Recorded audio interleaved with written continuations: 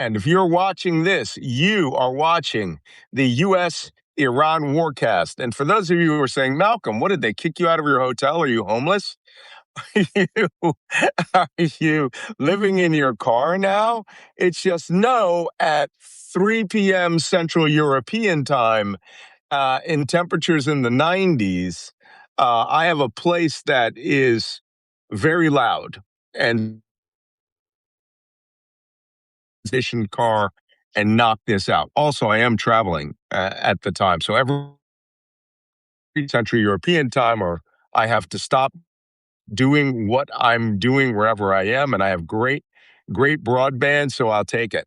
So that being said, some of you may have noticed there was a scheduled podcast yesterday. A notice went out. I guess I don't know how it got canceled. I did not change it or cancel it. I came up this morning looking for the scheduled podcast, hit the link, and it was gone. So, but the war is doing funny things to us. I'm doing multiple interviews a day on this. And boy, today, this is how I'm going to give you the day. Today is day 7/145. That's 145 days since this combat started, and we are back onto day 7 of the U.S.-Iran War 2.0. So new, it doesn't even have a cool name like Epic Fury. Now, of course, Jacob would want to call it Operation Spectacular Penetrations, but well, considering all of the missiles that flew last night, if you've seen any of the video, Jacob, there was a shitload of spectacular penetrations. I mean, a lot of them. And I mean, it would actually suited well. It was suited well. Relay that to Peter Exa. You'd love it. When I saw them, I said, Jacob's going to be quite happy that spectacular penetrations are happening everywhere. So with that, Jacob Karsbo, Danish intelligence officer extraordinaire, is coming to us from his summer cottage chalet up in the Jutland Peninsula. And he's on the same time zone as I am. And Wajeeh, the gay lion, is coming to us from Minneapolis, Minnesota, where it's 8 a.m. for him. So we are now spanning 8 different time zones. With 2 of us in the same time zone. Wajeeh, how you doing, man? Good, busy, trying to figure out a whole bunch of things before college starts. And yesterday there was a protest for the people that have been killed under ICE custodies here in the Twin Cities. So I had to go pay respect to that. And it's good to see that the community is still out and roaring. Okay, well, that's great. Well, listen, just don't wear that jihadi mask, right? Don't be wearing a kufiya. Oh, no, I didn't do that. All right? They don't care what kind of a dissident you are, all right? They'll be sitting there going, oh, my God, it's Hamas, Yeah, no, I don't even have a kufiya at the moment, so I'm good on that one. Or an Iranian, right? They'll see that fez of yours and they'll swear that that's what Iranians wear, because Americans are pretty stupid when it comes to Middle East culture and knowledge of foreign people and places.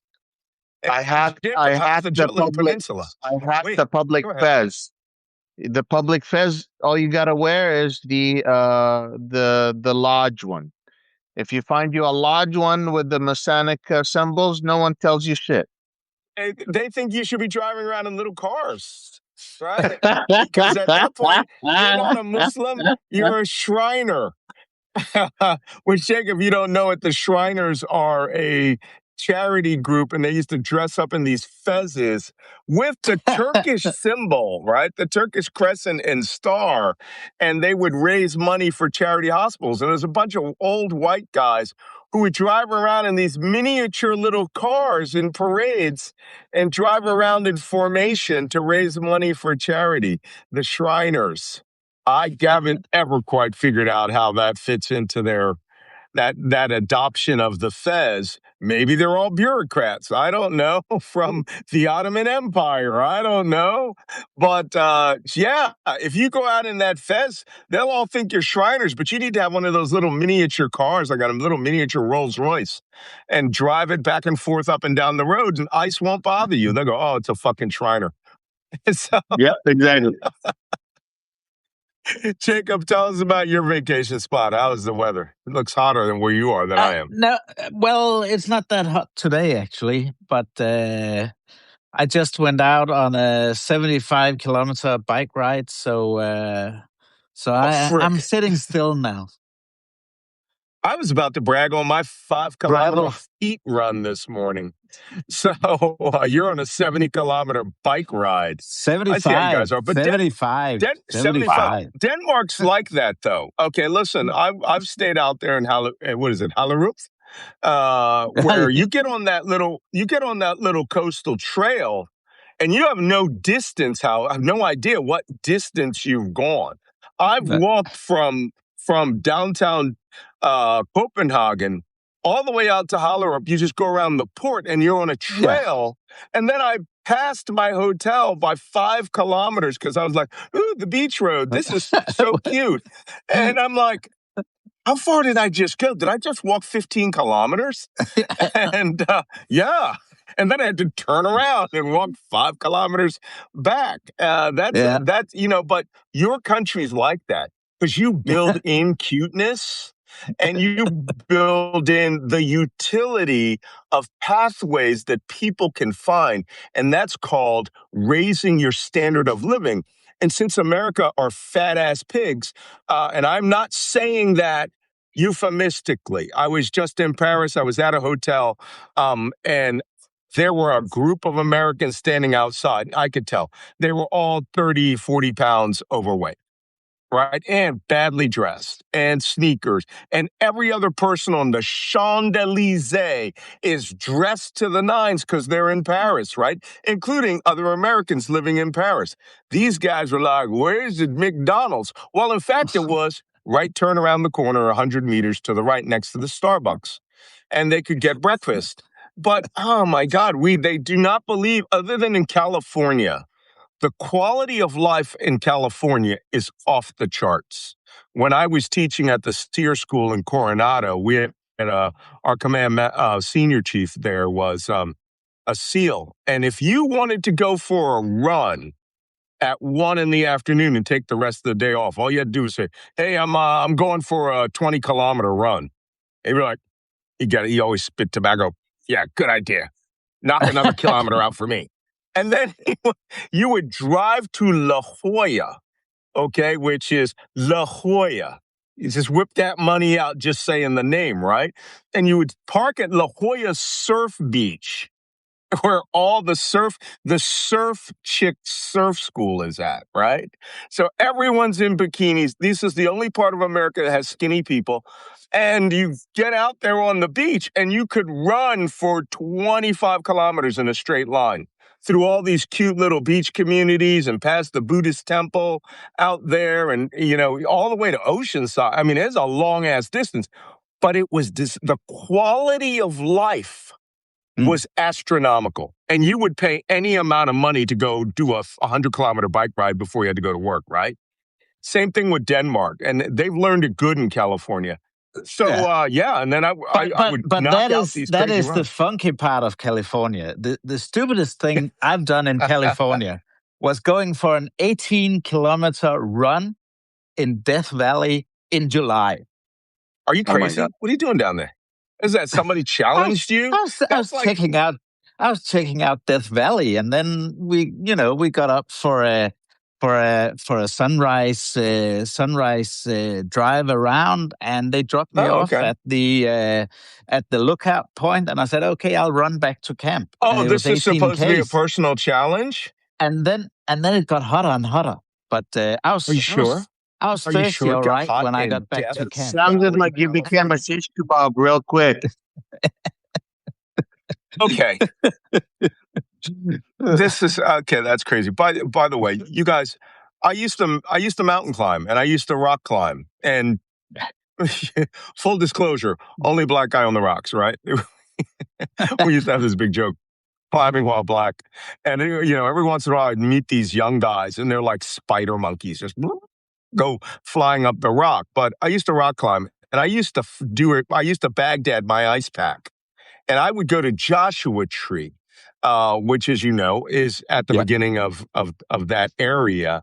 And, further on, you go out and you're headed towards Palm Springs and 29 Palms and all that stuff. And I used to ice pack, freeze half an ice pack so that I could put it on my back. And then when I was climbing, it's so you could take fresh, cold ice water that melted in your mouth. But run Death Valley, I know there's a run out there. There's a marathon out there every year too. But not in July. That's some stupid. That's some stupid shit. That's some stupid shit. I went straight for the Gatorade. I went straight for the Gatorade. Yeah, fucking don't even need the water, right? Because you would just get hyponatremia at that point. You got to just pound down the salt and all this stuff. So it's really crazy.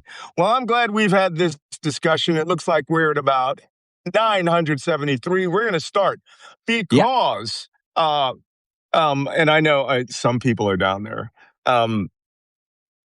Some people are like, oh my God, you mountain climb. Yes, I did. In fact, my family and we actually did the entire Annapurna Trail in Nepal, and I've done a couple of the base camps, and I'm still waiting for Everest Base Camp. I just liked climbing, and, all it is, mountain climbing is technical trekking. That's all. It's just trekking where you got a rope, you know how to rope up, you know what time it is to get off the mountain. That's where this discussion came from yesterday when I made a comment on another program. I said there's an off mountain time. You should never play with it. And that off mountain time is usually around 2 p.m. in the afternoon. And staying on a mountain after 2 p.m., you're usually going to die, right? Especially at high altitude places. And I've trekked in Nepal. I've climbed in Nepal. My dream is to go to Everest Base Camp. And I've been to Lukla, I've been to Pokhara, I've been to all these places throughout Nepal and Bhutan, interestingly enough. But I've never gone to Everest. I've not been going to Everest Base Camp because I want to do one thing in my climbing career, and that's to go from Everest Base Camp to the Khumbu Ice Falls and carry one load to Camp 1, turn around, go back through the Khumbu Ice Falls, never do that shit again. I got my limitations. I know anything past that is death. Right? Yeah.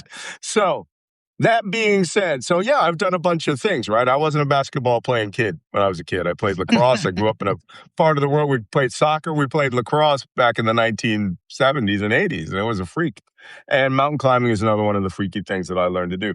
That being said, now that you know something weird about me, let's talk about what's weird going on in the world. If you guys haven't figured it out, when I said we're on day 7 and I reset that clock, we are at war.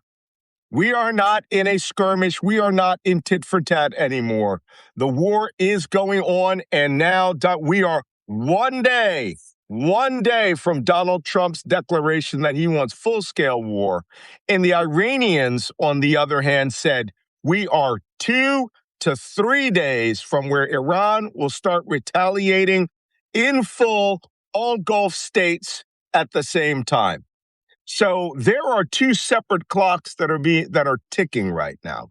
You have the United States' clock under Trump and Hegseth, who they believe all of these attacks, and there has been a solid 24 hours of attack. The last major ballistic missile attack occurred 1.5 hours ago in daytime. And of course, they hit Jordan because Jordan has been getting hammered.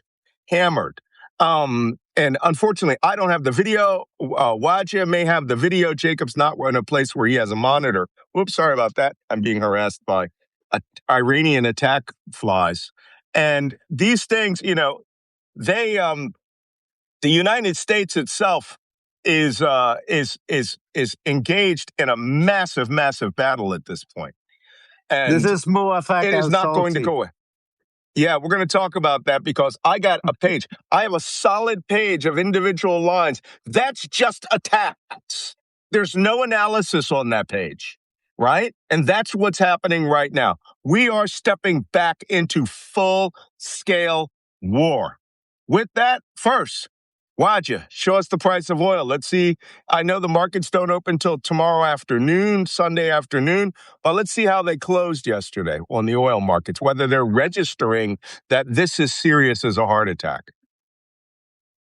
I can't see that. Let me see. Woo-hoo. Sorry, I'm See if you can read that for us.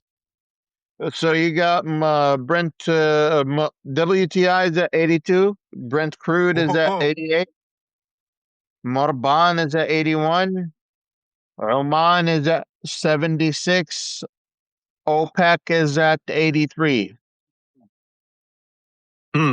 Wow, incredible. Well, we are clearly going back over $100 a barrel come Monday.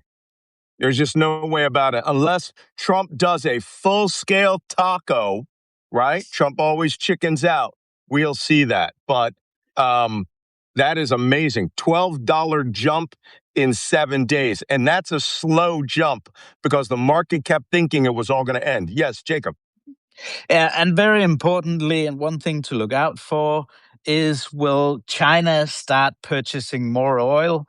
There are indications. I've seen reporting by people who are tracking tankers. There's more and more tankers going towards China, and that will drive the price up even further if that is indeed confirmed. When you consider they have a 1.2 billion barrel national reserve they have not tapped, right?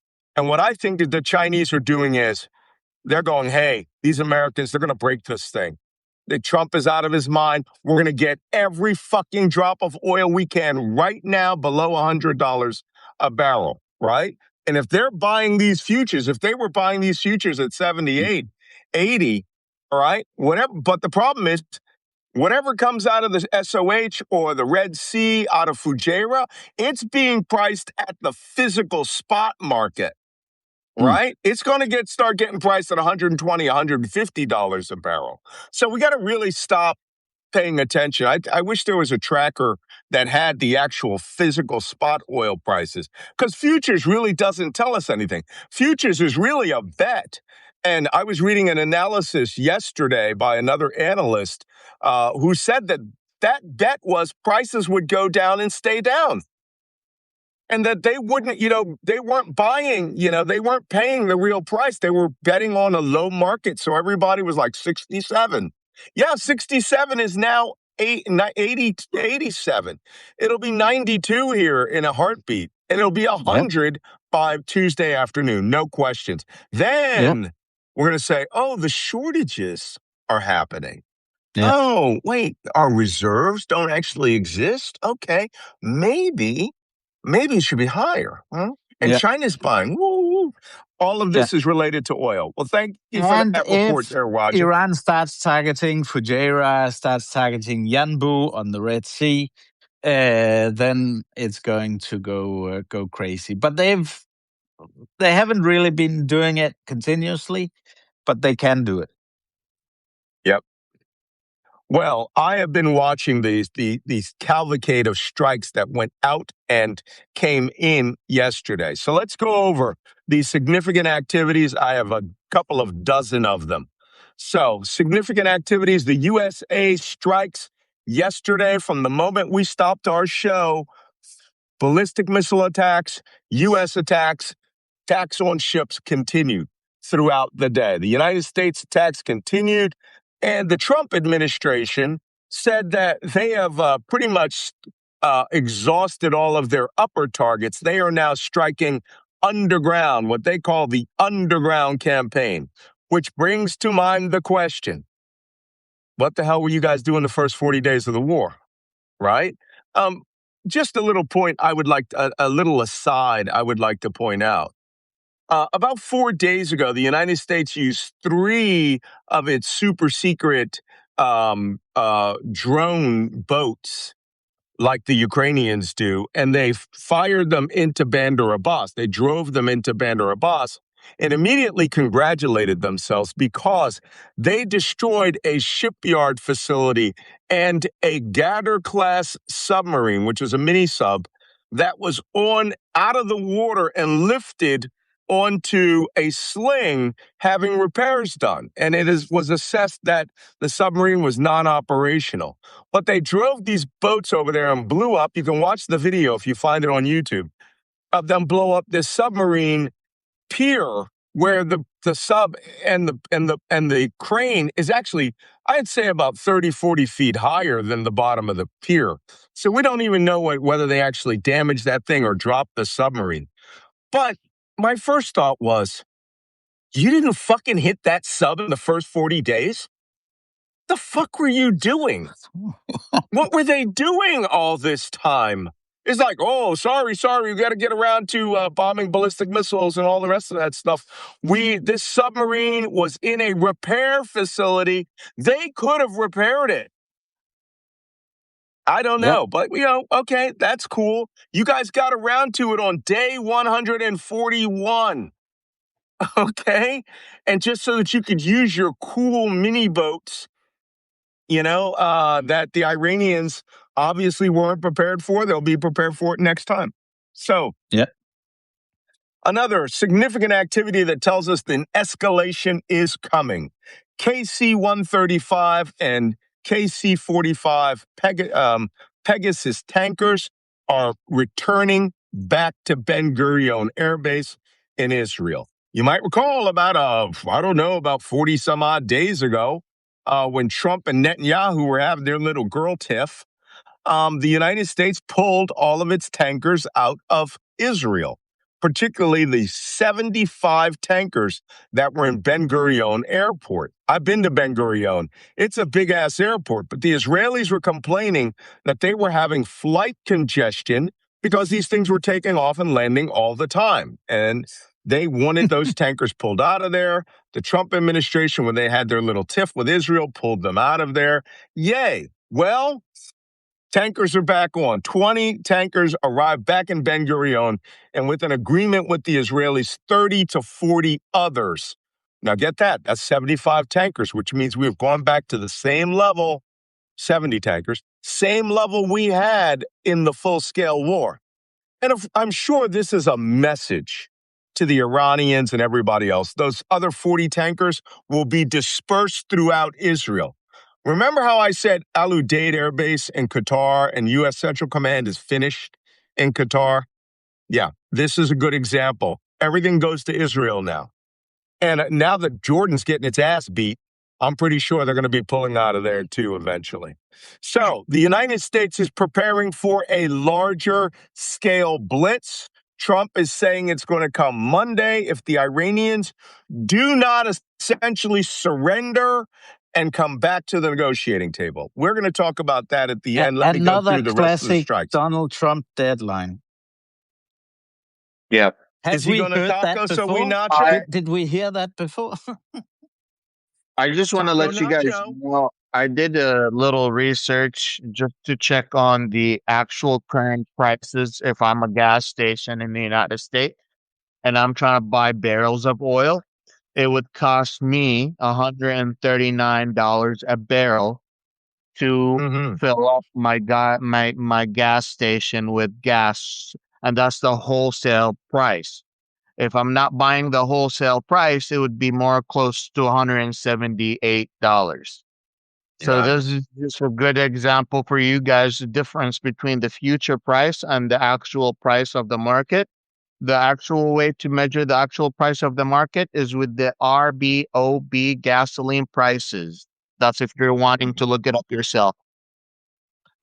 Also, I understand that the reporting for the Strategic Petroleum Reserve was supposed to be released on the 15th of July. So if somebody could check that, we may have glossed past that because I think we were waiting a couple of days for the report on the Strategic Petroleum Reserve. What was it at now? Last count was 319 million barrels. It was expected to go down well below that. So if somebody could check that. While you're checking, I will tell you all the attacks the United States did on Iran. First, we attacked the Shahid Mirzat tunnels, which are in Sirik, Bandar Abbas area. These are the IRGC tunnels that have mines, mini boats, anti-ship missiles, all sorts of things. They are built into a 3,000-foot high mountain that surrounds Bandar Abbas, and we have been hitting it nonstop for 140 some odd days. That's not true. Maybe we've hit it only about 75 days. But again, it goes back to what have you been doing this whole war? So apparently the United States is trying to strike the tunnel entrances and exits, which, as you know, they have demolition crews inside with excavators that will dig themselves out. It's just rock that falls in front of it, and we're not very good at getting this. And as you recall, a few days ago, we started doing daytime strikes against this facility in order to get real-time knowledge from the pilots that the cavern, its entrances and exits were closed. Who knows at this point? So we struck that again. We struck the Imam Ali missile base. For those of you who don't know where that is, that's Ballistic Missile Mountain. Way the hell up in northern Iraq. Really? Really? It's been 7 days? You just got back to striking the ballistic missile bases that we spent 12 days last year and 40 days at the beginning of this war, and you thought, hey, wait a minute. Is it that one over there? Maybe we should take out those missiles. Never mind, y'all. You can try, but apparently you're not doing very good at it. That being said, they also hit Larak Island in the Strait of Hormuz. Larak Island, let me tell you a little bit of something about Larak Island. I bit off Larak Island. I did the big assessment when during the Iran-Iraq war, the Iraqis carried out a daring 10 aircraft strike on Larak Island. The Iraqis didn't have enough precision strike aircraft, Mirage F-1, EQ-5, and EQ-6 strike aircraft, to fly down to the bottom of the Persian Gulf. They just didn't have the legs. So what they did was they used these Mirages to in-flight refuel each other, and then each aircraft would declare an emergency landing and land in Saudi Arabia and Kuwait and Bahrain and refuel and go home, right? And then the last 4 aircraft got to Larak Island and bombed it, the Larak Island oil jetty, because it is an oil transshipment port. Well, we just hit it yesterday or in 12 hours ago. And what did we hit? We did not hit the oil facilities because Donald Trump wants those oil facilities. We hit the harbor control tower. Oh, because again. What? Because you can look at the ships there and go, that's the one that's calling everybody going, this is Seapot Navy, this is Seapot Navy, fuck you, U.S. Navy. Is that why? You could sit in the port with beach chairs and see the Strait of Hormuz. But we have got this obsession. I'm starting to think the targeteering here is desperate. It's like, fuck it, dude, hit something. What haven't we hit? Nobody's hit that harbor control to that little fishing port or to the oil port. Okay, put her down there, boys. I got to report something to Pete Hegseth while he's doing his pull-ups. All right? Good God. Oh, yeah. So we hit Bushehr. Unidentified targets in Bushehr. Explosions were heard there. North of Bushehr, 100 nautical miles. I talked about this yesterday. We were going deeper inland with cruise missiles in the town of Darab, which is 100 miles-ish about north of Bushehr. The airport, they believe, has been struck up there, or a target, which explosions were heard in and near that place. Karg Island, explosions were heard there. However, I believe those were the explosions in Bushehr. We are seeing no other evidence that Karg Island was hit. Ahvaz again, which is in the it's the southwestern part of Iran, was struck again by U.S. Army ballistic missiles fired from Kuwait. And Let me see. Anything else? Nope. That's pretty much all the United States hit. It took hours. Strike, restrike, restrike.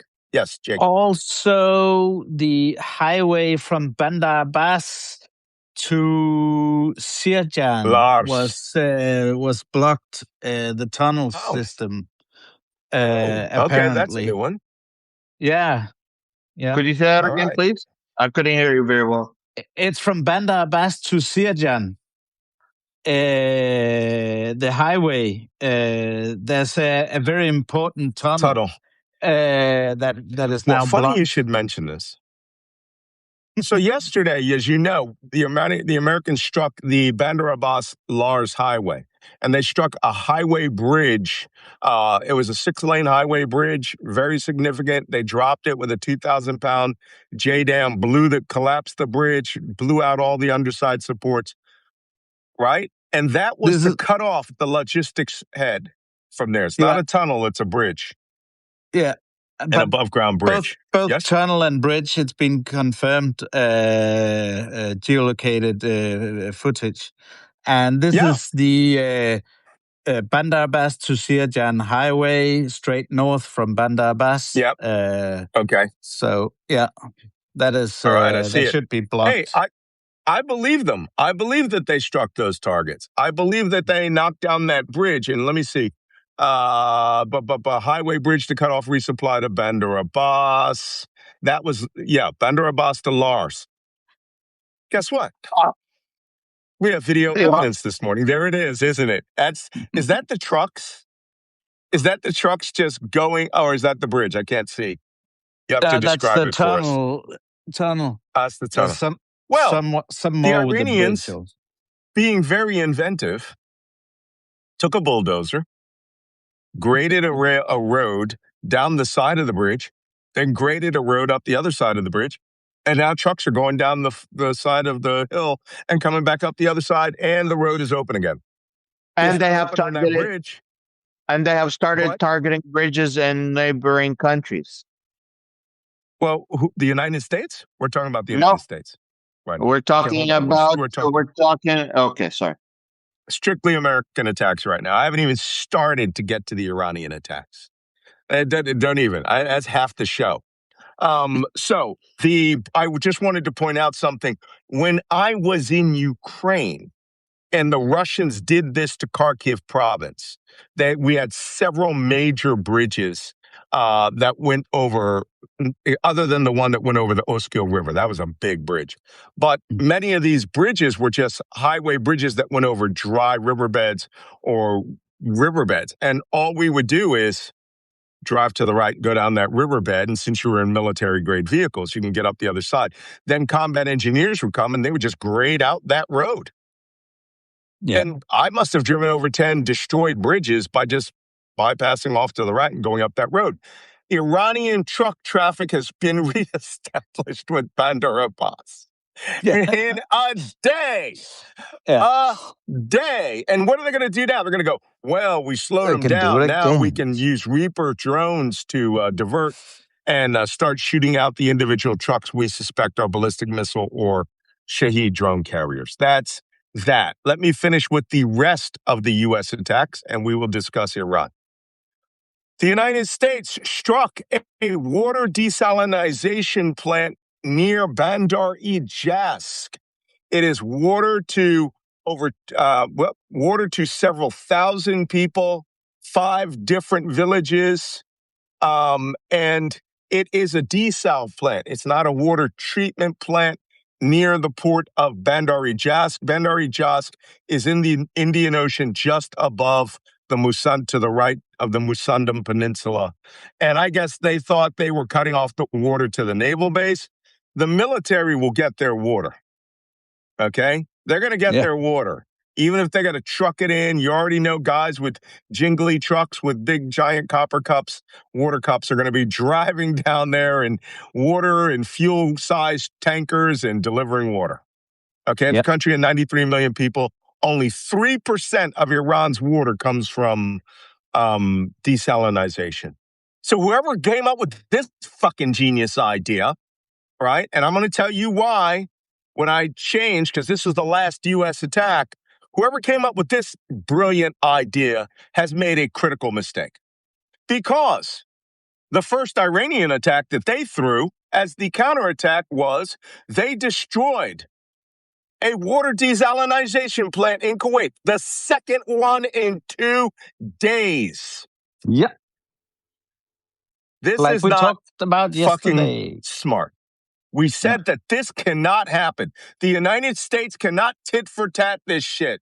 Okay? You destroy a tiny little water desal plant in a microscopic village like Jask, and you starve, 2,000 or 3,000 people, civilians of their water. They have just taken out 1/6 of Kuwait's water. And that plant, according to the Kuwaiti Interior Ministry, has been leveled. The other one was a power plant / water desalinization plant. That has been damaged. So that's 2 out of 6 that are offline. And they attacked 2 earlier in the war. The point is, they are making it very clear to the Kuwaitis, every time the Americans do something and fuck up, you're going to suffer for it. Yep. And if we have to shut off all the water in Kuwait, I have a map of all the water desal plants. There's 2 at Al Ahmadi Port, there's 2 at Shuaibah Port, there's 2 at Dora, which is at the northern curve of the Strait of Hormuz. Did I say Strait of Hormuz? Bay of Bubiyan up there. Northwest of Kuwait City, near Jufra. I know all these places by fucking heart. I've fought in these places, right? Ran up there, destroyed the Iraqi army in every one of these spots. Those desal plants keep that country alive. If 4 of those plants go down, you're going to have mass exodus from Kuwait, where hundreds of thousands of people will abandon that country. And where they're going to go? They're going to go to Saudi Arabia. They're going to go to, Bahrain. They'll drive 12 hours and go to Dubai or some other place, or they'll get on the Gulf Airlines and they'll fly, or whatever, Kuwait Air, and they will fly to Paris and they will take up every hotel room in Paris because they got loads of money. So this is not a good strategy. Yes, Wajeeh. People have not been listening to me. I need to do the Jinni Lazarag energy, the Genie energy, the blue genie, because haven't I come on here several times and said if we attack water desalination in Iran, Iran will attack water desalination in the Gulf state? How many times did I say that? 100 times. All of us have said this 100 times during this fucking 45-day war. This is not, now you're not playing games. Now they're not playing games. And how did they hit it? Shahed drones. Exactly. You don't need much. Missiles. It's all it takes. They bought ballistic missiles in left and right. And while they were taking those ballistic missiles on, Shahed drones came in and hit all the soft targets. Let's talk about what was struck by Iran. Iran counterattacked against Kuwait, Bahrain, Jordan, and that's pretty much. And there was a report that they were trying to sink a ship in Duqm, Oman. And as you recall yesterday, we talked about a very special U.S. warship that was satellite imaged in Duqm, and U.S. Special Operations soldiers that were in a hotel in Duqm that miraculously ate a couple of Shahed drones and blew up the upper floors. And I said yesterday, well, that ship, the MV Ocean Trader, which is our special operations hidden in plain sight looking like a merchant ship, had better be getting underway real quick. And apparently, they got underway. But the Iranians fired 3 anti-ship missiles at a unidentified enemy vessel 100 miles east of Duqm, Oman. And they called the fucking hotel and got confirmation their drones hit. So you knew that they knew the Americans would be hauling ass out of there. And within 24 hours, they're shooting anti-ship missiles at something. I assessed that something was an attempt to attack the Ocean Trader. But that being said, that's the least of what happened yesterday. That's literally the least of what happened. Here's what happened. Kuwait had to close its airspace to all air traffic, not just because of ballistic missile and drone attacks, but because Iran started a massive jamming attack of GPS systems. By the way, they do that with a Russian system that the Russians use quite regularly. Around Denmark, they do that, In don't the they, Jacob? Baltic Sea, Use those jammers to right spoof out there. GPS? Right that way. Yep. And so airplanes, if they don't catch it, GPS will start turning them in circles, or they cluster together and have near midair collisions. The Iranians are using electronic warfare. Next, RF John. Camp RF John is on the south side of Kuwait, to the southwest of Al Hamadi Port, in the middle of the country, near Ahmed Jabr Air Base, if you want to look it up on a map. It is a big U.S. Army Central Command forward logistics base. Well, like we reported the other day, when KGL, Kuwaiti Ground Logistics, which is a subsidiary of Halliburton, which is the primary contractor to the Defense Logistics Agency, got their massive Amazon warehouse for the U.S. Army destroyed. Satellite imagery has shown that it created a fire that burned the entire facility. And then, of course, the fire extinguisher set off on everything else and pretty much corrupted everything in that warehouse. The U.S. Army got chapped there, right? If it wasn't in its watertight containers, it's fucked. Well, they decided to do it again, but not that base. Oh, no. They struck the U.S. Army Defense Logistics Base at Camp Arif John. Let me see. They hit the Logistics Supply Center for the U.S. Army, which would be the forward receiving base for other equipment that wasn't at Port Ahmadi. Isn't that great? Now, for those of you who aren't paying attention, and those of you who say, oh my God, I've actually had people on YouTube go, Malcolm, you don't understand anything about tactics. This ain't tactics. This is strategy. Okay? The Iranians are attempting not only to cut Kuwait off from the other Gulf states and punish it, they are decreasing the U.S. Army's capacity to sustain anybody in Kuwait.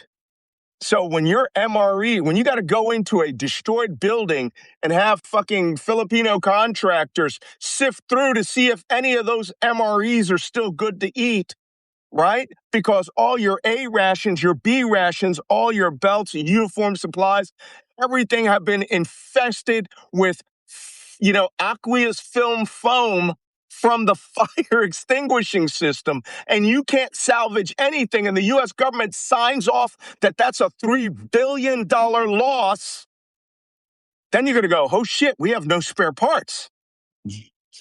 Right? And then you go, oh, we got to start flying them in from the United States, from bases that are getting their asses bombarded.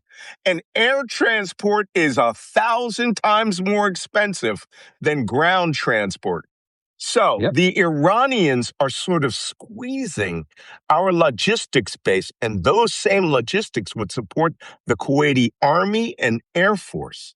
And it makes you wonder, what is their long-term plan for Kuwait? Because I've mentioned this before. This came up during the Iran-Iraq War. Iran thought about invading Kuwait, and they could, right across the Iran-Iraq border. And guess who would help them? The Iranian militias. Right? Iraqi militias. Iraqi Hashid-Shabi, but they'd come down on party buses, right? Drinking, smoking shisha, and machine guns.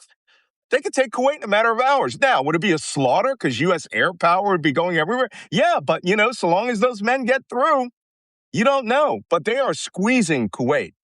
Another thing that was struck, they struck an air search radar on the Kuwait-Iraq border. And there's video of that thing blowing up. They struck Camp Bueling, U.S. Army Central Command Forward Headquarters, a drone ramp and drone support operations center there, where they believe the U.S. Reaper drones are coming out of. They blew up a communications center that was supporting U.S. forces And the most noteworthy, you can probably find a video of this, Jacob, because I saw it this morning. They hit Al Ahmadi port. Al Ahmadi is their largest oil transshipment port.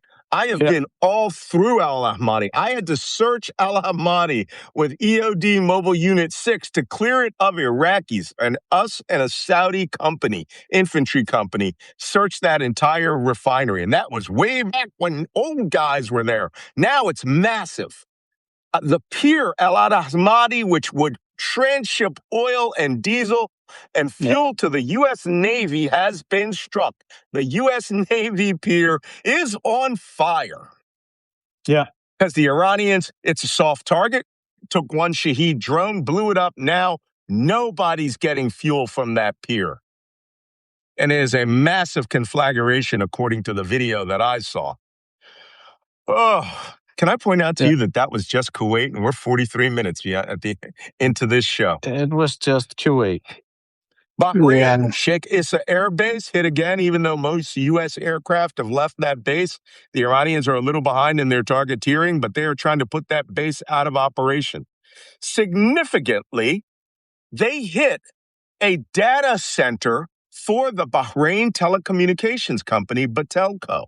And I've seen people on the internet refer to that as an intelligence center. It's not. It is a data center for all of their telecommunications.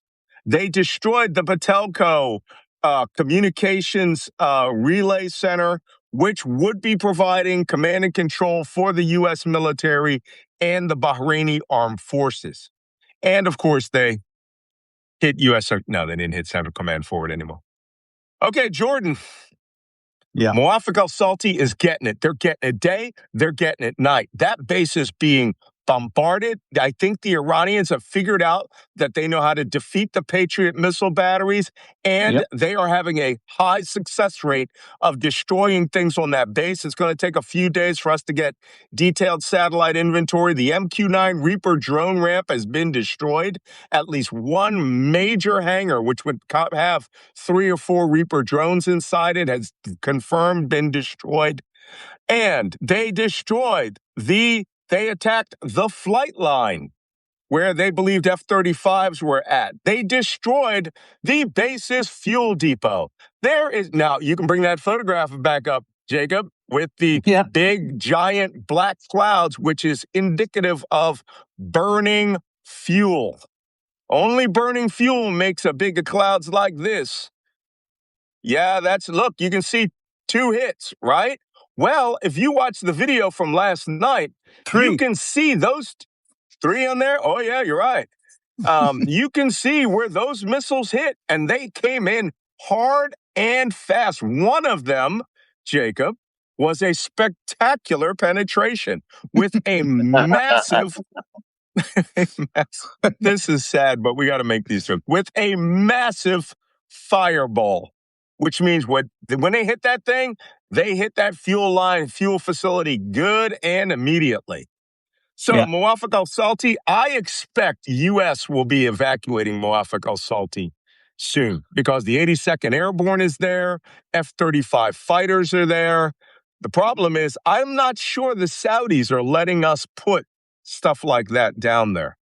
So the thing is, you can't bring them closer. You can't bring them eastern, closer in the east. One thing that I missed yesterday, I said that Bahrain, Qatar, Jordan, Kuwait, Oman were struck. I missed a country. Does anybody know what that country is? Syria. Yep. Syria. The Iranians used a ballistic missile on a very remote former U.S. Special Operations base in 10th. 10th is in the southeast corner of Syria. But if I'm not mistaken, we abandoned that base. But just to let the Syrian government know they can be touched too, they put a ballistic missile right down the middle of that damn thing. Yeah, of course they did. There you go. So now even Syria has been attacked in this war. And just today, the Syrians have stopped a transport that contained drones fiber optic drones. So I guess the Machine Syrians are in guns for more. and rockets and explosives. Yeah, the Syrians caught a tanker as a fuel truck made to look like a fuel truck. It was full of Iranian weapons for Hezbollah. Yeah. Especially the and drones. Once again, we have to caution the approach by Netanyahu, always arguing that the Syrian government is a bunch of terrorists and it's a problem for Israel. They're actually helping Israel out on this one as it is now. Yeah. All right. That took almost an hour just to go through the attacks that occurred yesterday while end of this show until 1 hour before this show. And I haven't checked while this show is going. There may be attacks starting again. The United States is starting to attack in the daytime, which means that they're putting the maximum pressure campaign on and attacking left and right. However, we are one day from Donald Trump's bridges, infrastructure, and power. If he does that, he might get some results, but he will also be conducting war crimes. You can attack lines of communication, bridges, but if you start bopping power in Iran in the middle of the summer, that is not affecting the army. That just affects the civilian population. You're punishing the civilian population collectively, and he has to be very careful about that. But what would they care? They fired all the lawyers. Nobody gives a fuck. They are all about going to the ICC. Yes, Jacob. And all we can say, regardless of all these strikes, the Iranians will be able to provide for the IRGC until, God knows when. That won't be a problem. It'll be everyone else that'll suffer. Okay. Well, I actually put the questions for this up last night at 11:30. I mean, to give you an idea, I knew the questions would come. Wajeeh, can you go into the question and answers? I mean, the questions for day 144, 145, and pick out a couple of them that are not political. You guys I know you all want me to talk about Mitch McConnell and all the rest of these things. We can talk about those some other time. Let's stick to the war because this war is going nowhere but up. And the Iranians have said they're going to give 72 hours to blasting the Gulf states if they don't rein Washington in. And Trump has given Iran one more day to surrender in negotiations and to come back to the table. By the way, that's what all this was supposedly for. Come back to the table and let us fuck you over or pay you off. I don't know which one. The first question down there? The first question by Teresa says, do you agree with Professor Poppy that by January there will be PAP? It says PAP. PAP. That's his name, Robert Pape. Thank you for the correction. That's the first time I see that name. That by January there won't be hundreds, if not thousands, of American troops on the ground and high casualties. We talked about this yesterday. I talked about it on Mario Nuafal's show because they bombed Quiche Island and hit its desal plant the other day. And I was like, that's weird. Why would you hit Quiche Island? Same thing with Bandar Jazz, right? Why would you shut down the water at Bandar Jazz? These are places that they may be trying to determine whether they can do an amphibious operation against. Larak Island, that's risky, but it's another one. But I don't know. It's quite possible. I think Pape is the guy who wrote the escalation strategy. He wrote the strategic plan to attack Iran and updated it over the last 40 years. He's a professor of war at University of Chicago, and he created the phrase, the escalation ladder. And, and I've been right behind him on Mario Nuafal's show, and I've read everything that he's written since, way back when. He's great. He's great on air power. Biggest fan on his terrorism beliefs about ISIS, but he's awesome on this one. Everything he's saying about Iran is not only 100%, it's 200%. The only question is, will Trump listen to those demons who say, let's take Bandar Abbas? Now, I want you to think Second Battle of Fallujah, where the mountains are above you and shooting down into a bowl. Yeah. I don't This know. question, But this yeah, question, go ahead. Next question. this question is about U.S. casualties. Has the U.S. Mhm. ever had or lied about the number of casualties that the U.S. has had? And do you think that the current U.S. administration is lying about the number of soldiers who are injured or killed in combat? Oh, sorry about that. Yes, we have. Well, we weren't as bad as this administration. This may be the worst it's ever been. They are Yeah. deliberately withholding the casualty numbers. We think that the casualty numbers may be exceeding 600. Casualties means you might have lost your arm below the elbow. You might have traumatic brain injury that will disable you for the rest of your life. You might have bullets riddled through your body. You may have shrapnel or some other thing. Dead is dead. The dead count stands at 16, 13 in combat, 3 in post-war accidents. And I believe that the ones who died, the 4 KC-135 crew, they were included in the combat casualties. But the problem is he does not want to go a minute above that. The Iranians have made it clear. They said just yesterday, U.S. warships are going to go on the table here if we go back to war. And that's now we're talking about killing Americans. And, Trump, Netanyahu, if, you lose a ship or you get a ship heavily damaged or something, Netanyahu will beg them to use a nuke and he'll consider it. I mean, this is the thing. Americans can't lose people, but we can kill them by the tens of thousands. It's a very bizarre mindset. What do you think, Jacob? I heard a joke, but it might have surfaced in Iran actually that Iran is demanding regime change in the U.S. to stop the war. This It's a good question, joke. sorry, I didn't mean to Hey, interrupt. go ahead, finish. Is Iran likely to run out of weapons and supply? Are they able to reconstitute their weapon supply? I think the Iranians' capability to make weapons is fast and cheap, and they have a lot of weapons hidden under these mountains, more than 500 meters in depth. That means they're out of the reach of U.S. Bunker busters, and they're short of nuclear weapons if you want to really destroy that mountain. And It depends on the kind of weapons too, but they have been preparing for this war for 47 years. I thought their ballistic missile inventory was in the tens of thousands, maybe as much as 20,000 ballistic missiles of various sizes. And they fired only 5,000 in the war against Israel. Less than 2,000 in this war thus far. And we're not even talking Shahed drones.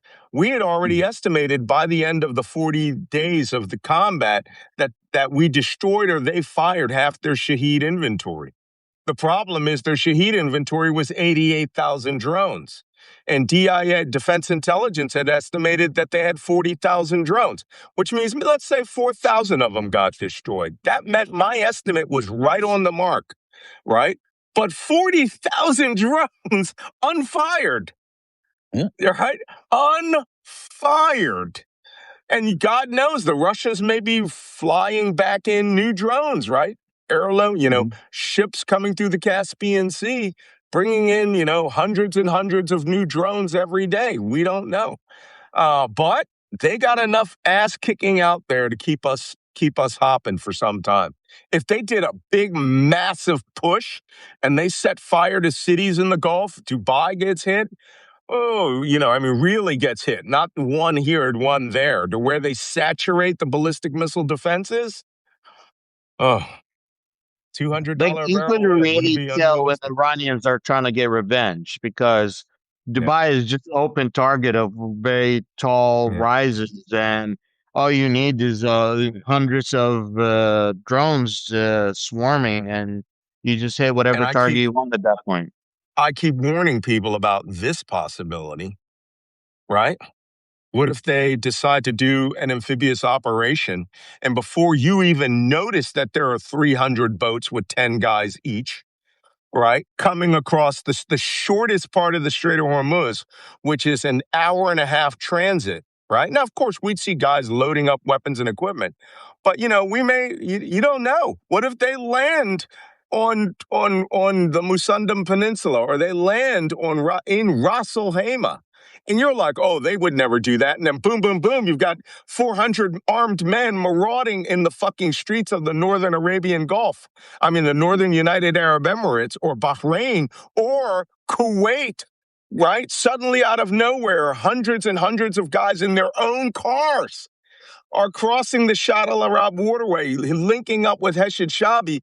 And before you can start scrambling off drones and airplanes, they're engaged with the Kuwaiti army, and you've got a micro invasion coming. Everybody's like, oh, that will never happen. That was planned to happen in the 1980s. The Iran-Iraq war had 1 million men fighting. So shit can happen. We should always respect that.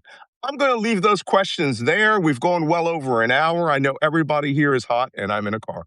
I'm going to go online and answer most of your questions, which I do most of the time. Let's try to stick to the war, people. I really, as much as I'd like to talk about, Mitch McConnell's clone or Lindsey Graham's sister, I'm going to concentrate on this because I think it's going to get really bad. I think every night it's going to get much worse. I'm pretty sure we're going to be going into 2 solid pages of attacks here. Jacob, any last thoughts?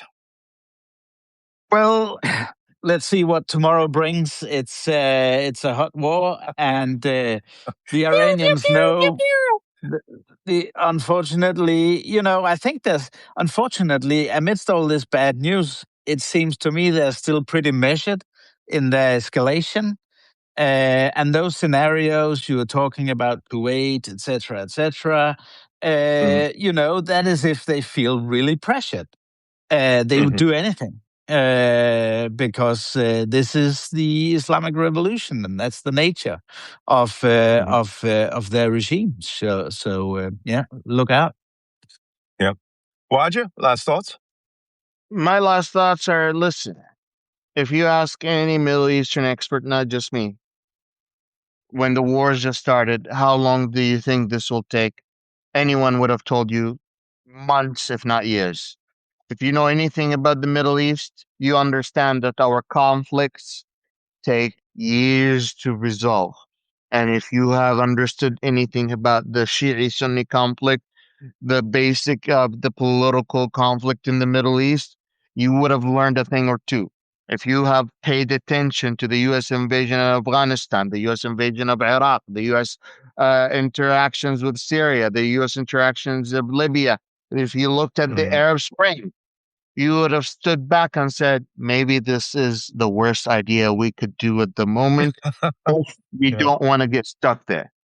And we have shouted this out over and over again, and people looked at us as if we're the crazy people. People have labeled us as conspiracy theorists at one point, but we are literally just reading the actual facts that are happening and how they relate to people's mental states in the Middle East. The East is a very fragile place that has been consistently been overrun with simplified decision making that have only been making it even more complicated. And when you have people in charge who believe that they have the solutions for all the problem mistakes and for all the problems issues, you really get into it. And you are seeing it played into effect not only on the global stage, but you're seeing it take effect on your pockets. You're seeing it take effect on your political situation in this country, and is going to affect generations of public opinion to the United States and Israel. And only Americans and Israeli people are the ones that can stand up and say enough is enough and put an end to this war. We can, as the world can, people in Denmark can go out, people in Arabia can go out, people can protest everywhere. But they have absolutely no say in America. They have absolutely no say in Israel. Do something about it. Well, tell you what, I think you're absolutely right. We're not going to be able to do much about it. But listen, if you guys got to go fill your gas tank today, you are going to feel the exact effects of this war, and it's only getting worse. And Donald Trump's dementia, his madness, is off the charts. And listen, my last thoughts are: if anybody calls you that says, "Hello, this is Malcolm Nance from Black Man Spy," or Wajeeh from Black Man Spy, that's not us. We don't call you asking you for money. That actually happened on TikTok. I had 13 imposters on TikTok, and I have a lot of crazy right-wing political enemies out there that will do that sort of shit. Jack Posobiec, remember that guy? The guy who did Pizzagate? He actually made up a couple of years ago, he made a deep fake video of me with an interview that I was doing at Google in Manhattan, and literally put words in my mouth. Don't fall for scams. There are a lot of people out there who are trading on the depth of our community, right? Nobody's here asking you for any money except for when we do official fundraisers like we did for the International Legion trucks. And that wasn't even me. That was you guys are getting patches. So that being said, thank you for coming to this edition of Black Man Spy. If you're watching this on YouTube, please subscribe. We have gone up. We're up to 176,000 followers. We're pushing on to 250,000 followers. It's free. Just hit the subscribe button. You can watch it all day. And if you're watching this on Substack, please, which means you're already a subscriber. If you want to make comments, you want to join the community, there's a very active community. It's very hard. I'm glad I'm wearing sunglasses because then I can watch and read the comments down there. I have never read so much hilarious shit in my life. Some of you guys are really funny, but you're turning into a family, the Black Man Spy family, and I appreciate that. So if you feel like you want to become a paid subscriber to support our work, this is all we ask for, $7 a month, nothing more. All right, guys, I will see you all tomorrow. I'm hoping I'm going to be in another location. I'm not going to be in the cities that I've been in. So I will talk to you later from a hotel room or some, East European, martini bar. I don't know. So I will talk to you all tomorrow. Take care. See you tomorrow. See you tomorrow. See you then. Bye-bye.